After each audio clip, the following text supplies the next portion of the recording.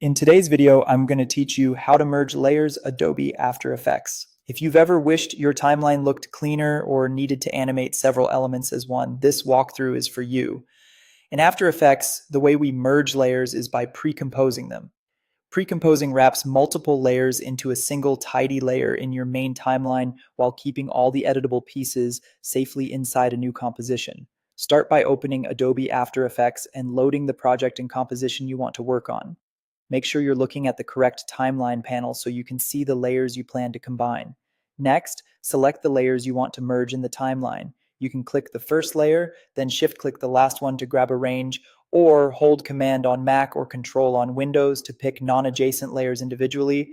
Take a moment to confirm you've got the right ones highlighted and that they're visible and unlocked.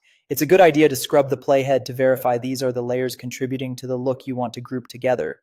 With those layers selected, right-click directly on any one of them and choose Precompose.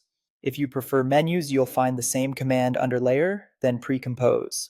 A dialog box appears asking how you want to handle the layer's properties and giving you a chance to name the new composition.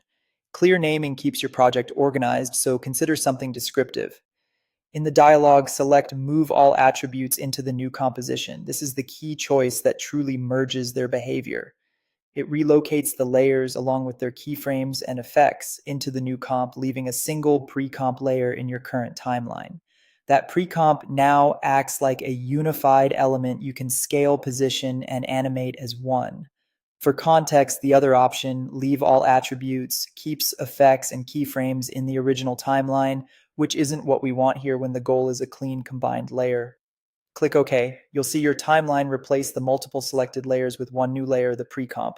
This single layer is easier to manage, and any transform changes you apply here affect the group collectively. If you need to adjust the individual pieces later, just double-click the pre-comp to open it and edit the original layers inside. When you return to the main composition, your updates are reflected automatically. If you're working with vector or 3D layers, consider toggling collapse transformations on the pre-comp for best fidelity. And that's it. You've effectively merged your layers using Precompose, keeping your timeline clean without sacrificing flexibility.